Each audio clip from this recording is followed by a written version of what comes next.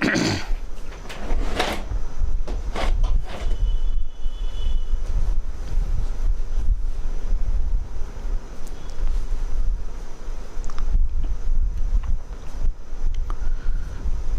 لله رب العالمين والصلاة والسلام على سيد المرسلين محمد وآله وصحبه أجمعين. أما بعد فقال الله تبارك وتعالى في القرآن المجيد: أعوذ بالله من الشيطان الرجيم، بسم الله الرحمن الرحيم.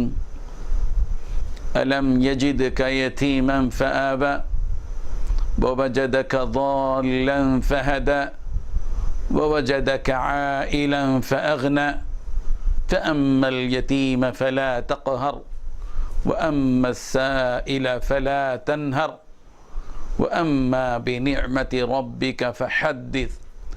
صدق اللہ العظیم. برادران اسلام، اللہ تبارک و تعالیٰ نے دنیا میں جن انسانوں کو پیدا کیا ہے، ان انسانوں کو ایک جیسا پیدا نہیں کیا. تخلیق کے اعتبار سے اللہ تعالیٰ نے کسی کو طاقتور پیدا کیا اور کسی کو کمزور پیدا کیا. طاقتور ظاہر ہے کہ وہ کمزور کے مقابلے میں اس کی حیثیت ذرا بڑی ہوتی ہے، اس لیے وہ اپنے طاقت کے بل بوتے پر کمزور پر اپنی چلاتا ہے، ظلم بھی کر سکتا ہے، اس سے استحصال بھی کر سکتا ہے. اسی لیے اسلام نے کمزوروں کے ساتھ حسن سلوک کا حکم دیا ہے. آج کی اس مجلس میں ہم برادران اسلام کو اس حقیقت سے آگاہ کرنا چاہتے ہیں کہ قرآن مجید نے کمزوروں کے تئیں کس قدر ہمیں تعلیم دی ہے، ہماری تربیت کی ہے، اور کمزوروں کے ساتھ حسن سلوک کرنے کا قرآن مجید نے ہم کو کس قدر حکم دیا ہے، اور پیارے آقا حضرت محمد رسول اللہ صلی اللہ علیہ وسلم نے کمزوروں کے ساتھ اچھا برتاؤ کرنے کا کس قدر حکم دیا ہے.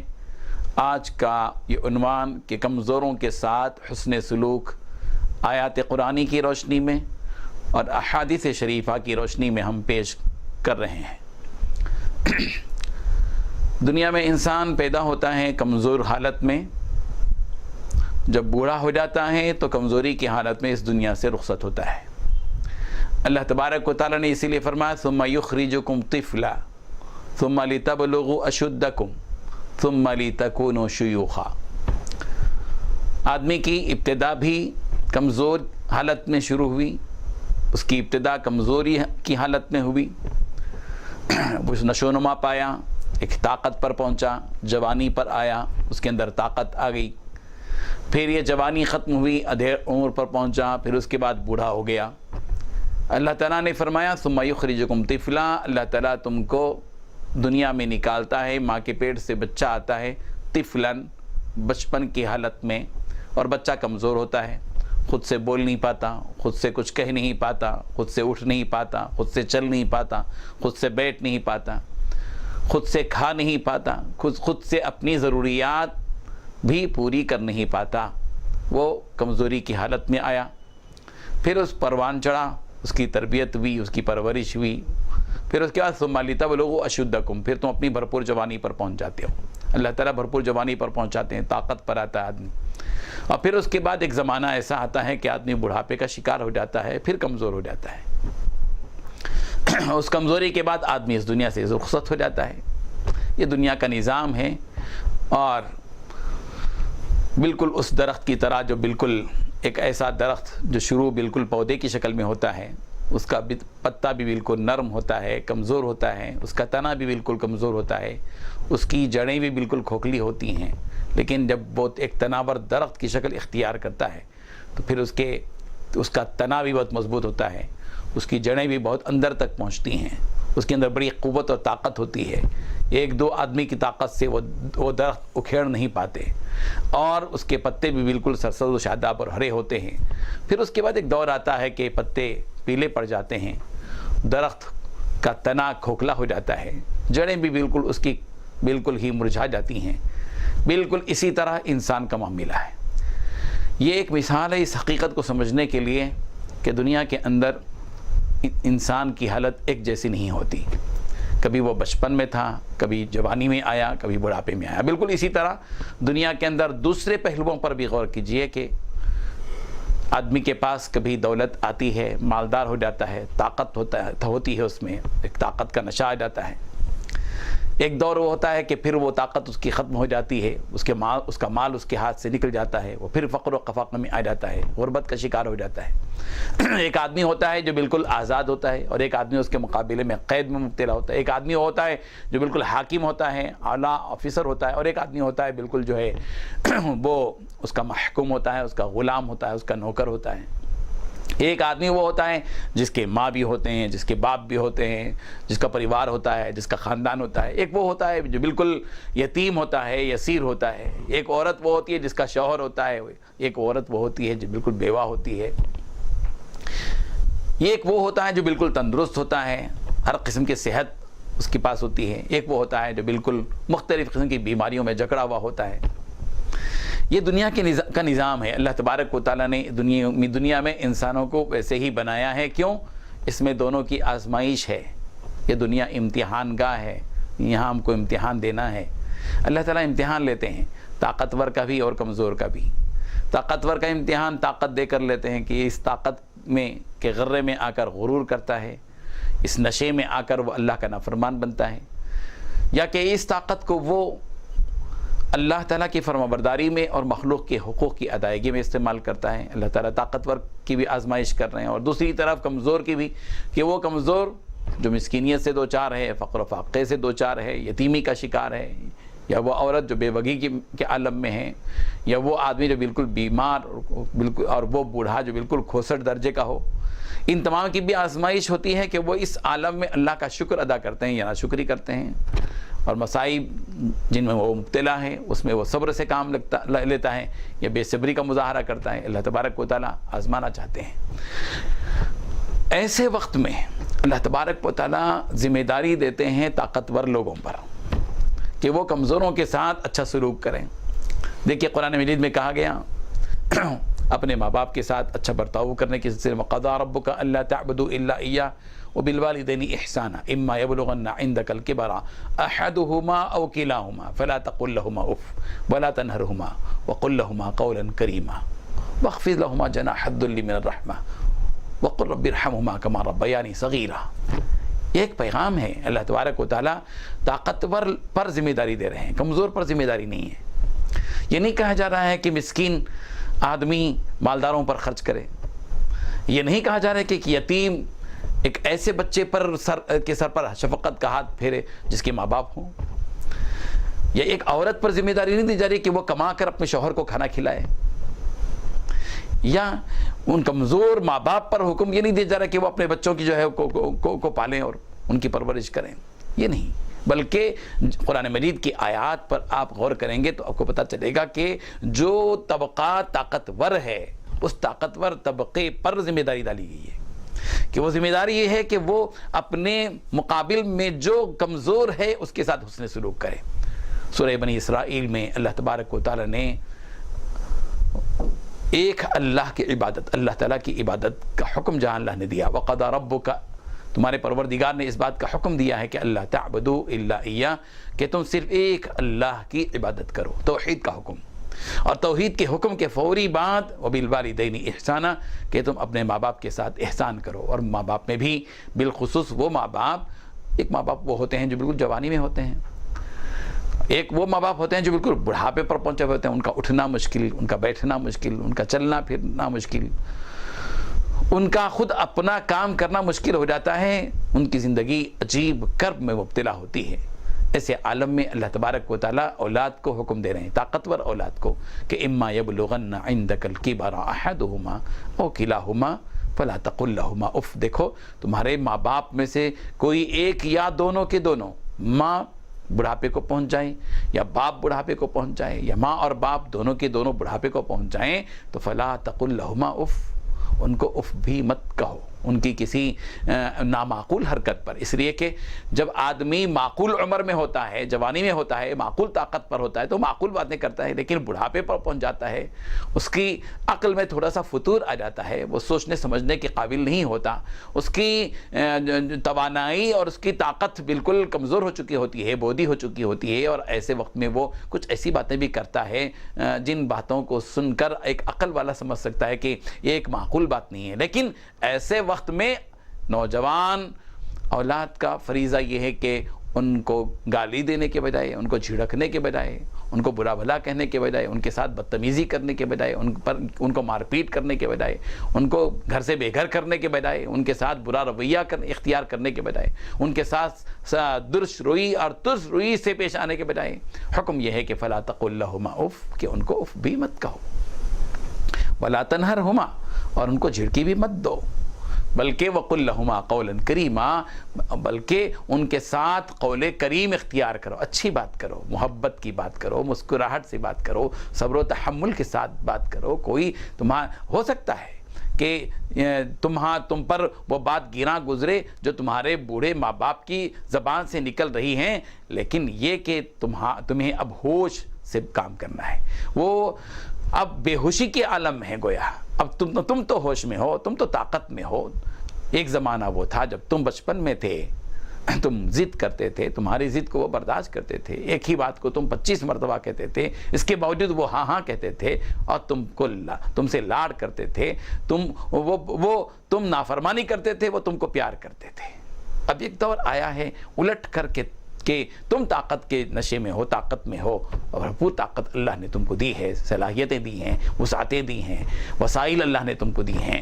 ایسے وقت میں تمہارے وہ بوڑھے ماں باپ تمہارے سامنے موجود ہیں تو تمہارا فریضہ یہ ہے کہ تم قول کریم اختیار کرو، محبت کی بات کرو. وقل لہما قولا کریما واخفض لہما جناح الذل من الرحمہ، بڑی نرمی سے رحمت بن کر تم اپنے بازوؤں کو ان کے لیے بالکل نرم کر دو، اپنے آپ کو ان کے لیے جھکا دو، نرم کر دو. واخفض لہما جناح الذل من الرحمہ وقل رب ارحمہما کما ربیانی صغیرا، اور اپنے پروردگار سے یہ دعا کرو. یاد دلایا جا رہا ہے اپنا بچپن، اولاد کو ان کا اپنا بچپن یاد دلایا جا رہا ہے کہ تمہارے بچپن میں تمہارے ماں باپ نے تم پر رحم جیسے کیا ہے، تم اپنے ماں باپ کے حق میں اپنے پروردگار سے وہی دعا کرو کہ رب ارحمہما، اے ہمارے پروردگار ہمارے ماں باپ پر ایسے ہی رحم فرما دیجیے جیسے کہ ہمارے ماں باپ نے ہمارے بچپن میں ہم پر رحم کیا تھا. اللہ اکبر. یہ سب کیا ہے؟ یہ ایک اصول بتایا جا رہا ہے زندگی میں جینے کا کہ ہر طاقتور اپنی طاقت کے عالم میں اپنے سامنے جو کمزور ہے اس کمزور کو کمزور سمجھ کر اس کا استحصال کرنے کے بجائے اور کمزور کو مزید دبا کر اس پر ظلم کرنے کے بجائے، اس کو دفن کرنے کے بجائے، اس کو اور کھوکھلا کرنے کے بجائے، اس کی دل شکنی کرنے کے بجائے، اس کو اور پیسنے کے بجائے، اس کو ٹارچر کرنے کے بجائے تمہارا فریضہ اور تمہارا کام یہ ہے کہ تم ان کے لیے نرم بن جاؤ، نرم گوشہ اختیار کرو، نرم پہلو اختیار کرو، نرمی سے بات کرو. تم ان کے لیے رحمت کا ذریعہ بن جاؤ، تم ان کے لیے خوشی کا ذریعہ بن جاؤ، تم ان کی مسکراہٹوں کا ذریعہ بن جاؤ، تم ان کے چین کا ذریعہ بن جاؤ، تم ان کے اطمینان کا اور امن کا ذریعہ بن جاؤ، تاکہ ان کے دل سے وہ دعائیں نکلیں جن دعاؤں سے اللہ تم کو ترقی عطا کرے گا. بہرحال قرآن مجید نے اور نبی کریم صلی اللہ علیہ وسلم کے ارشادات نے بار بار ہم سب کو اس بات کی تلقین کی ہے کہ ہم اپنے کمزوروں کے ساتھ اچھا سلوک کریں.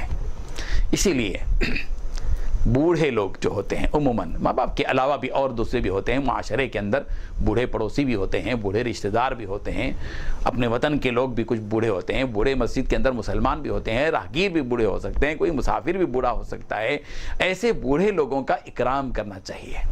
حدیث میں بات بتائی گئی ہے، نبی کریم صلی اللہ علیہ وسلم نے ارشاد فرمایا لیس منا من لم یرحم صغیرنا ولم یعقر کبیرنا، کہ وہ شخص ہم میں سے نہیں ہے جو اپنے چھوٹوں پر شفقت نہ کرے، بڑوں پر رحم نہ کرے. یہ چھوٹوں پر شفقت کیا چیز ہے اور یہ بڑوں پر رحم اور اکرام کیا چیز ہے؟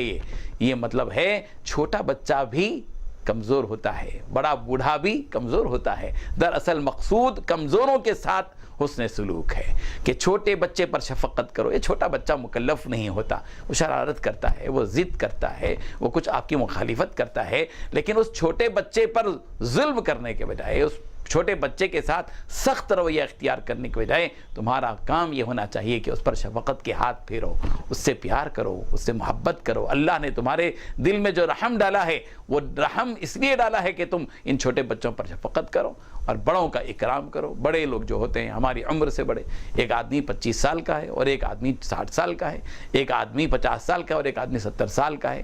50 سال والے کو چاہیے کہ وہ 70 سال والے کا اکرام کرے، 35-40 سال والے کو چاہیے کہ وہ 60 سال والے کا اکرام کرے، 30 سال والے کو چاہیے کہ وہ 40 سال والے کا اکرام کرے۔ اپنے سے جو بڑا ہوتا ہے اس کا اکرام کرنا چاہیے۔ صحابہ کرام رضوان اللہ تعالی علیہم اجمعین اپنے بڑوں کا اکرام کرتے تھے، بڑا اکرام کیا کرتے تھے۔ حضرت عباس رضی اللہ عنہ حضور اکرم صلی اللہ علیہ وسلم کے چچا ہیں، پیارے پیغمبر صلی اللہ علیہ وسلم بھتیجے ہیں۔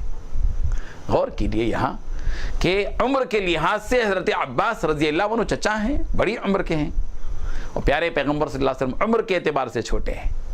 ایک مرتبہ کسی نے پوچھا حضرت عباس رضی اللہ عنہ سے کہ آپ بڑے ہیں یا سرکار دو عالم صلی اللہ علیہ وسلم بڑے ہیں؟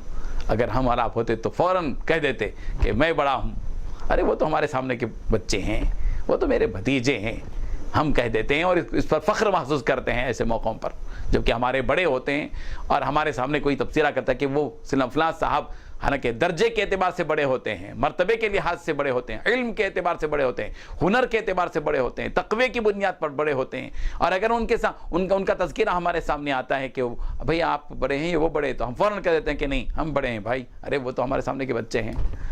لیکن غور کیجئے کہ حضرت عباس رضی اللہ عنہ سے پوچھا جا رہا ہے کہ آپ بڑے یا اللہ کے رسول بڑے ہیں، تو حضرت عباس رضی اللہ عنہ نے کتنا پیارا جواب دیا، فرمایا کہ بڑے تو پیارے پیغمبر صلی اللہ علیہ وسلم ہیں، البتہ میں پہلے پیدا ہوا ہوں۔ اللہ اکبر، جواب دینے کا انداز دیکھیے، اس کے اندر اکرام موجود ہے۔ یہ سچائی بھی ہے کہ عمر کے اعتبار سے میں پہلے پیدا ہوا ہوں، لیکن درجے کے اعتبار سے پیارے پیغمبر صلی اللہ علیہ وسلم بڑے ہیں، یہ ہے اکرام۔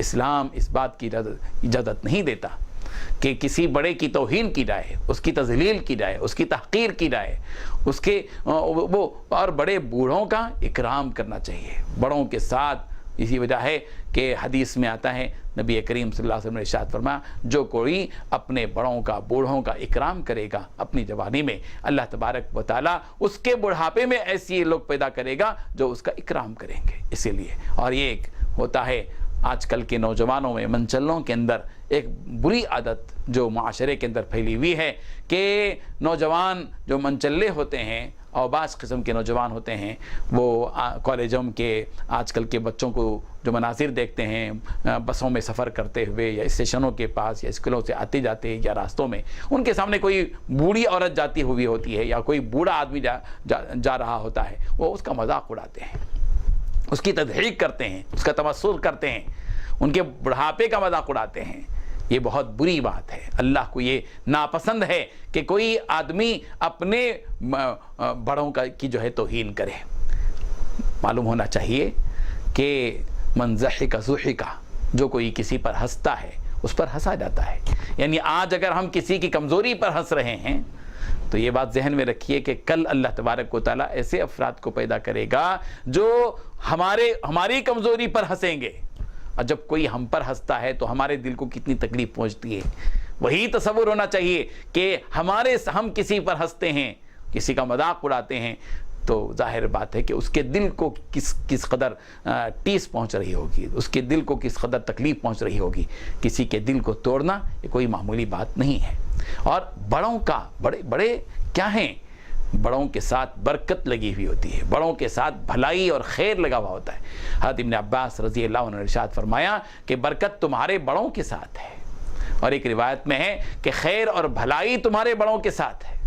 یعنی ہم اپنے گھروں کے اندر کچھ بڑے لوگ ہوتے ہیں، ہماری کوئی پھوپھی ہوتی ہے، ہمارے کوئی دادی ہوتی ہے، ہمارے گھرانوں کے اندر ہمارے کوئی نانا ہوتے ہیں، ہماری نانی ہوتی ہیں، ہماری دادی ہوتی ہیں، اور ہم ان کو ایک بوجھ محسوس کرتے ہیں کہ ارے 80 سال ہو گئے، 82 سال ہو گئے، ابھی بھی جی رہے ہیں، ارے کیا ہے، کب تک سنبھالنا ہے۔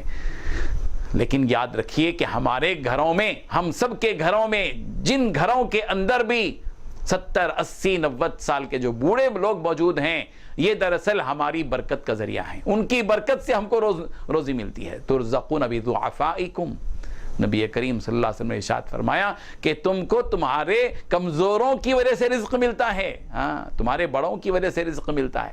جو تمہارے گھروں میں کمزور لوگ ہوتے ہیں، معذور لوگ ہوتے ہیں، وہ کمزور ہوتے ہیں، مفلوج ہوتے ہیں، وہ کمزور ہوتے ہیں، بڑے لوگ ہوتے ہیں، بوڑھے لوگ ہوتے ہیں، وہ کمزور ہوتے ہیں، ان کی وجہ سے اللہ تم کو روزی عطا کرتے ہیں، اور ان کی وجہ سے بھلائی ملتی ہے، برکت ہوتی ہے، گھروں کے اندر برکت ہوتی ہے۔ اگر ہم یہ سوچتے ہیں کہ یہ بڑے لوگ کب تک ہمارے ساتھ رہیں گے، تو اس کا مطلب یہ کہ ہم یہ سوچ رہے ہیں کہ یہ برکت کب تک رہے گی، یہ بھلائی اور خیر ہمارے گھروں میں کب تک رہے گی، یہ مطلب ہوگا۔ اسی لیے معاشرے کے اندر جو ہمارے کمزور لوگ ہیں، ان کمزوروں کا لحاظ رکھنا چاہیے، ان کے ساتھ حسن سلوک ہونا چاہیے، اور معذوروں اور مجبوروں کے ساتھ حسن سلوک کا قرآن مجید نے حکم دیا ہے۔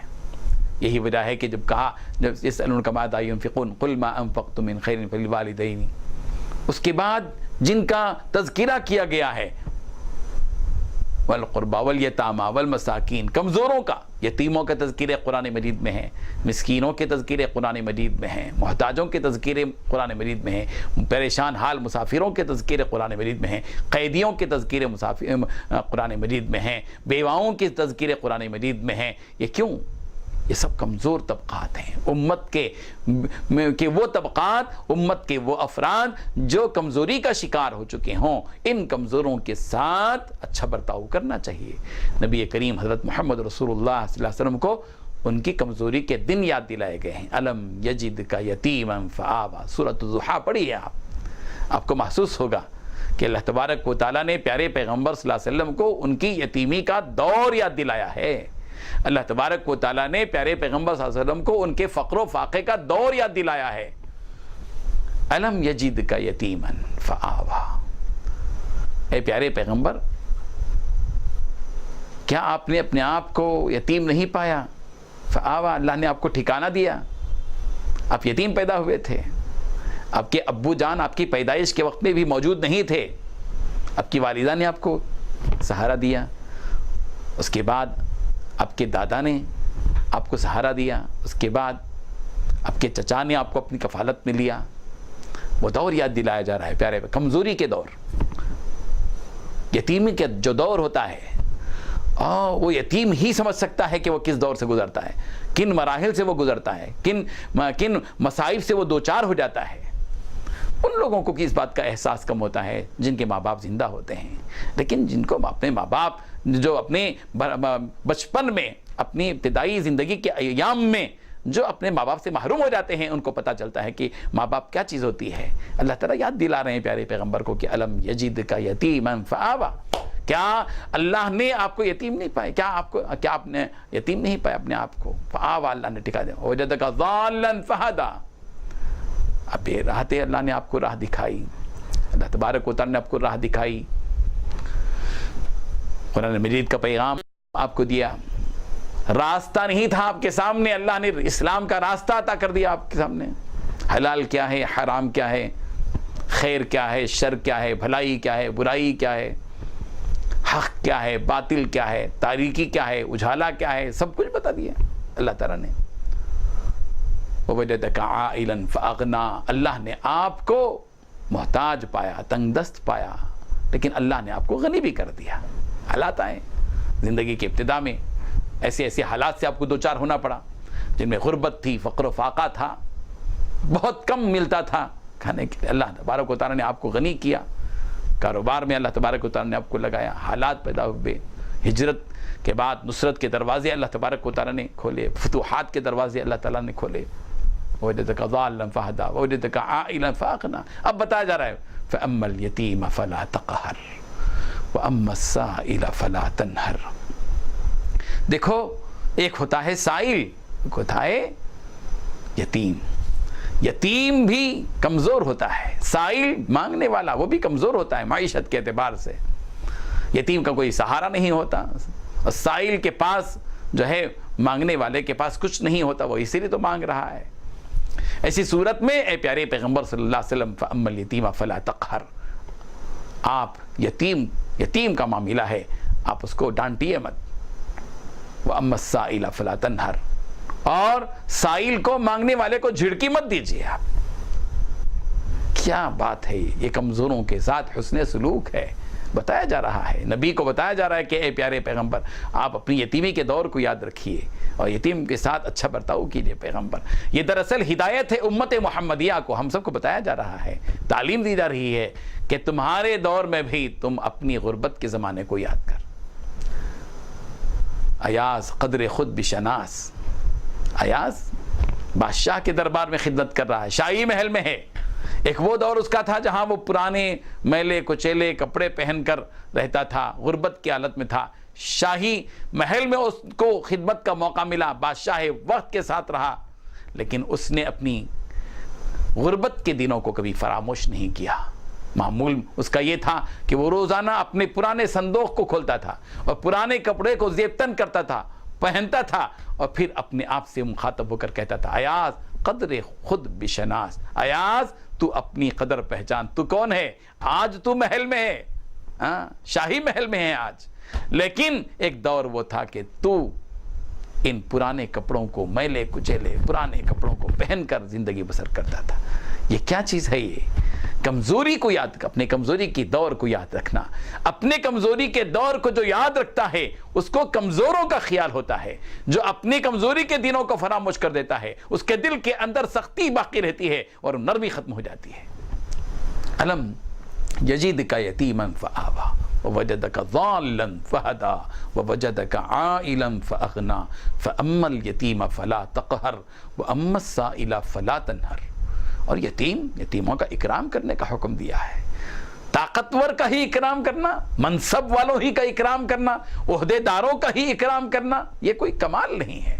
لوگ عموماً عادت بنا چکے ہیں، بڑے بڑے لوگوں کا اکرام کریں گے، حیثیت والوں کا اکرام کریں گے، بڑی خاندان والوں کا اکرام کریں گے، نوابوں کا اکرام کریں گے، بڑے بڑے منصب پر فائز لوگوں کا اکرام کریں گے، لیکن یتیموں کے ساتھ بے توجہی، یتیموں کی تحقیر کرنے میں پیچھے نہیں ہٹیں گے۔ اللہ تعالیٰ ڈانٹ رہے ہیں کلا بل لا تکرمون الیتیم، تم یتیموں کا اکرام نہیں کرتے، یتیموں کا اکرام نہیں کرتے۔ ولا تحاضون علی طعام المسکین، اور مسکینوں کو کھانا کھلانے کی ترغیب نہیں دیتے۔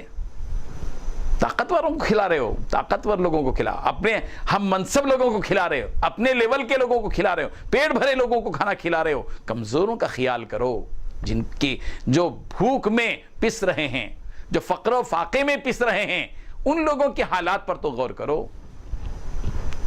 اکرام، اور اسی لیے وَيُطْعِمُونَ الطَّعَامَ عَلَى حُبِّهِ مِسْكِينًا وَيَتِيمًا وَأَسِيرًا، یہ جو کھانا کھلانا ہے، تعریف کی ہے اللہ تبارک و تعالیٰ نے صحابہ کرام کی اس جماعت کی، جو جماعت صحابہ کرام کی کھانا کھلاتی تھی، اللہ اس مال کو ان کے اوپر خرچ کرتی تھی، اس مال کی محبت کے باوجود وہ مال کھلاتی تھی۔ وَيُطْعِمُونَ الطَّعَامَ عَلَى حُبِّهِ مِسْكِينًا وَيَتِيمًا وَأَسِيرًا، مسکینوں کو کھانا کھلاتے ہیں، یتیموں کو کھانا کھلاتے ہیں، قیدیوں کو کھانا کھلاتے ہیں۔ یہ تینوں کون ہیں؟ کس برادری سے تعلق رکھتے ہیں؟ یہ نوابوں کی برادری سے تعلق رکھتے ہیں، بادشاہوں کی برادری سے تعلق رکھتے ہیں، یہ تو کمزوروں کی برادری سے تعلق رکھتے ہیں۔ ان کا تعلق تو کمزوروں کے ساتھ ہے۔ یہ تینوں برادری یہ کمزور ہوتے ہیں، معاشرے کے اندر کمزور طبقہ ہوتا ہے، ان کا دل ٹوٹا ہوا ہوتا ہے، ان کے ساتھ حسن سلوک کرنا چاہیے۔ اسی لیے اللہ تبارک و تعالیٰ فرما رہے ہیں وَيُطْعِمُونَ الطَّعَامَ عَلَى حُبِّهِ مِسْكِينًا وَيَتِيمًا وَأَسِيرًا، اور جو مال دینے کا حکم دیا گیا ہے ان میں بھی مسکینوں کا، محتاجوں کا، تنگ دستوں کا خیال رکھا گیا ہے۔ وَآتُوا الْيَتَامَ أَمْوَالَهُمْ، یتیموں کو ان کا مال دو، یتیموں کا مال مت کھا جاؤ۔ چچا ہو اور تمہارا بھائی انتقال کر جائے اور تمہارے اس بھائی کے بچے کی یتیمی پر ترس کھاؤ، اس کے بچپن کی نادانی کا ناجائز فائدہ اٹھا کر اس کا پیسہ مت کھاؤ. وَلَا تَتَبَدَّلُ الْخَبِيثَ بِالطَّيِّبِ، اپنے اچھے مال کے ساتھ وہ ناجائز مال شریک مت کرو جو یتیم کا ہے، اس کا مال مت کھاؤ. وَلَا تَقْرَبُوا مَالَ الْيَتِيمِ، یتیموں کے مال کے قریب بھی مت جاؤ. إِلَّا بِالَّتِي هِيَ أَحْسَنُ، ہاں عمدگی کے ساتھ، اچھی نیت کے ساتھ اس کے مال کو استعمال اس طرح کرو کہ اس کا حق مارا نہ جائے اور اس کو اپنے معاشرے میں اپنا بھائی بنا لیا جائے، اس کو شریک کر لیا جائے، اپنے دسترخوان میں کھلاؤ، اس کا مال اپنے ساتھ پکاؤ، کوئی حرج نہیں ہے. لیکن دل کے اندر تمہارے یہ بات ہونی چاہیے کہ ہم اس یتیم پر اپنا احسان کریں گے، یتیم کا مال ہم نہیں کھائیں گے، ناجائز نہیں کھائیں گے. یہ ہے کیا؟ کمزور طبقات کے ساتھ حسن سلوک. ہاں اسی لیے نبی کریم حضرت محمد رسول اللہ صلی اللہ علیہ وسلم نے یتیموں کے ساتھ اچھا سلوک کیا. ایک مرتبہ ایک یتیم آیا، پیارے پیغمبر صلی اللہ علیہ وسلم سے کہنے لگا کہ اللہ کے رسول، میں ایک یتیم ہوں، مسکین ہوں، میری ماں بیوہ ہے، اللہ نے جو کھانے کے لیے آپ کو دیا ہے اس میں سے مجھ کو کچھ کھلائیے، میری ضرورت کو پورا فرما دیجیے. پیارے پیغمبر صلی اللہ علیہ وسلم کے دل میں نرم رحم دلی آئی اس یتیم بچے کو دیکھ کر. کہا بلال جاؤ کچھ لے کر آؤ. حضرت بلال رضی اللہ عنہ گئے، 21 کھجور لے کر آئے. پیارے پیغمبر صلی اللہ علیہ وسلم نے ان 21 کھجوروں کو سامنے رکھ کر اس بچے کو کہا لو یہ 21 کھجور ہیں، 7 کھجور تمہارے لیے، 7 تمہاری بہن کے لیے اور 7 تمہاری ماں کے لیے. جب وہ بچہ جا رہا تھا حضرت معاذ رضی اللہ عنہ کی نظر اس یتیم بچے پر پڑی. حضرت معاذ رضی اللہ عنہ نے اس کے چہرے پر اس کے سر پر شفقت کا ہاتھ پھیرا اور پیارے پیغمبر ان کے اس عمل کو دیکھ رہے تھے. پکار کر کہا اے معاذ کیا کر رہے ہو؟ کہا اے اللہ کے رسول اس یتیم بچے پر میں شفقت کا ہاتھ پھیر رہا ہوں، اس کے سر پر. اللہ نے میرے دل میں اس بچے کے حق میں رحم ڈالا ہے، نرمی ڈالی ہے، میں اس کے پر شفقت کر رہا ہوں. نبی کریم صلی اللہ علیہ وسلم نے فرمایا تمہیں معلوم ہونا چاہیے کہ جو کوئی شخص کسی یتیم کے سر پر شفقت کا ہاتھ پھیرتا ہے، اس کا ہاتھ اس کے سر پر جب پھیرتا ہے تو ہر جس بال پر اس کا ہاتھ پھیرتا ہے ہر بال پر اللہ اس کے ایک بال کے بدلے میں ایک درجہ بلند کرتے ہیں اور ایک نیکی اللہ اس کو دیتے ہیں ایک بال کے عوض، اور ایک گناہ کو معاف کر دیتے ہیں. اللہ اکبر. یتیم بچے کے اوپر شفقت کا ہاتھ پھیرنا. بشر الجوانی فرماتے ہیں کہ جنگ کا موقع تھا، جنگ احد کا موقع تھا، میرے ابو جان بھی جنگ میں شریک ہوئے تھے. میں پیارے پیغمبر صلی اللہ علیہ وسلم کے قریب ہو کر میں پوچھنے لگا اللہ کے رسول میرے باپ کا کیا حال ہے؟ کہنے لگے کہ بشر تمہارے باپ اللہ کی راہ میں شہید ہو چکے ہیں. اور پھر حضرت بشر الجوہنی کہتے ہیں یہ کہہ کر اللہ کے رسول نے مجھ کو اٹھا لیا اور اپنے گھر لے چلے اور جا کر کہا کہ بشر تمہیں خوشی ہونی چاہیے اس بات پر کہ کیا تم اس بات پر خوش نہیں ہوگے کہ محمد تمہارا باپ بن جائے اور عائشہ تمہاری ماں بن جائے. یہ ہیں وہ واقعات جو نبی کریم حضرت محمد رسول اللہ صلی اللہ علیہ وسلم نے ہم سب کو بتائے ہیں. یتیم کی کفالت کیا ہے؟ یتیم کیوں؟ یتیم کی کفالت کا حکم دیا گیا ہے اور یتیم کی کفالت پر بشارتیں جو دی گئی ہیں کیوں؟ اس لیے کہ یتیم معاشرے کا کمزور فرد ہوتا ہے، بہت کمزور ترین فرد ہوتا ہے، اس کا کوئی سہارا نہیں ہوتا. وہ نفسیاتی طور پر طبعی طور پر اپنے دل کے اندر ایک خاص قسم کی ایک نا امیدی اس کے پر چھائی ہوئی ہوتی ہے کہ میرا باپ نہیں ہے، میری ماں نہیں ہے. وہ یتیم و یسیر ہوتا ہے. ایسے وقت میں کوئی سہارا بنتا ہے. اللہ کو اس کا یہ عمل اتنا پسند آتا ہے کہ پیارے پیغمبر صلی اللہ علیہ وسلم نے فرمایا انا وکافر الیتیم کہاتین، میں اور یتیم کی کفالت کرنے والا دونوں کے دونوں جنت میں اس طرح ہوں گے، اتنے قریب ہوں گے. ان دو انگلیوں کو آپ دیکھیے، یہ دونوں انگلیاں شہادت کی انگلی اور بیچ کی انگلی، ان دونوں کے درمیان میں سرکار نے تھوڑی سی جگہ چھوڑی اور اشارہ کر کے فرمایا کہ دیکھو میں اور یتیم کی کفالت کرنے والا دونوں کے دونوں جنت میں اس قدر قریب ہوں گے. کوئی معمولی بات نہیں ہے، کتنی بڑی سعادت کی بات ہوگی کہ جنت میں میرے پیارے آقا حضرت محمد رسول اللہ صلی اللہ علیہ وسلم کی قربت اور آپ کی رفاقت اور آپ کی نزدیکی حاصل ہو جائے. ایک بہت بڑی نعمت ہے. معاشرے کے افراد کو چاہیے کہ ان حقائق کو سمجھیں کہ ملت میں جو کمزور طبقات ہیں ان کا جائزہ لیں کہ ملت میں کس کس قسم کے لوگ جی رہے ہیں. ہمارے گھروں میں کس کس معذور قسم کے لوگ بھی ہوتے ہیں. بعض گھروں کے اندر 2 قسم کے معذور ہوتے ہیں, 3 معذور ہوتے ہیں. ہمارے گھروں کے اندر کچھ معذور طبقہ پیدائشی طور پر بھی کچھ معذور ہوتے ہیں. ہم بعض مرتبہ ان کو بوجھ سمجھتے ہیں کہ کمزور ہے, معذور ہے, اس کو حقیر سمجھتے ہیں. نہیں, وہ حقیر نہیں ہے. اللہ کے نزدیک اس کا بڑا مقام ہے. وہ معذور ہے, وہ اس کا دل ٹوٹا ہوا ہوتا ہے. جو گھر کے افراد ایسے بچے کی محبت دل میں رکھتے ہیں, اس کی خدمت کرتے ہیں اور اس کے ساتھ اچھا برتاؤ کرتے ہیں, یاد رکھنا چاہیے کہ اللہ تعالیٰ ان کو وہاں ملیں گے. اللہ تعالیٰ ٹوٹے دلوں کے پاس ہوتے ہیں. انا عند منکسرۃ القلوب, اللہ تعالیٰ فرما رہے ہیں میں ٹوٹے دلوں کے پاس ملتا ہوں.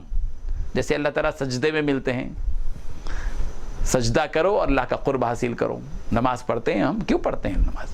ہم رکوع کرتے ہیں, قاعدہ کرتے ہیں, قیام کرتے ہیں, قومہ کرتے ہیں, تکبیر پڑھتے ہیں, سمع اللہ لمن حمیدہ کہتے ہیں, التحیات پڑھتے ہیں, سبحان ربی العظیم اور سبحان ربی الاعلیٰ پڑھتے ہیں, سجدہ کرتے ہیں. یہ کیوں ہے سجدہ؟ یہ سجدہ تو نماز کی انتہا ہے, اور نماز کی انتہا میں اپنا رب ہم کو اپنے بالکل قریب ملتا ہے. جیسے سجدے میں اللہ ملتے ہیں ویسے ہی اللہ تعالیٰ فرما رہے ہیں, حدیث قدسی ہے کہ میں ٹوٹے دلوں کے پاس ملتا ہوں. میں پیاسوں کے پاس ملتا ہوں, میں بھوکوں کے پاس ملتا ہوں, میں مجبوروں کے پاس ملتا ہوں, میں مفلوجوں کے پاس ملتا ہوں, میں بیماروں کے پاس ملتا ہوں, میں مسکینوں کے پاس ملتا ہوں, میں محتاجوں کے پاس ملتا ہوں, میں پریشان حال افراد کے پاس ملتا ہوں, میں مصیبت زدہ لوگوں کے پاس ملتا ہوں, میں یتیموں کے پاس ملتا ہوں, میں سائلوں کے پاس ملتا ہوں. یہ ہے اللہ کو پانے کا گر. معاشرے کے اندر ایسے بہت سے لوگ ہیں, بیوائیں ہیں, ان کی خبر گیری کرنا.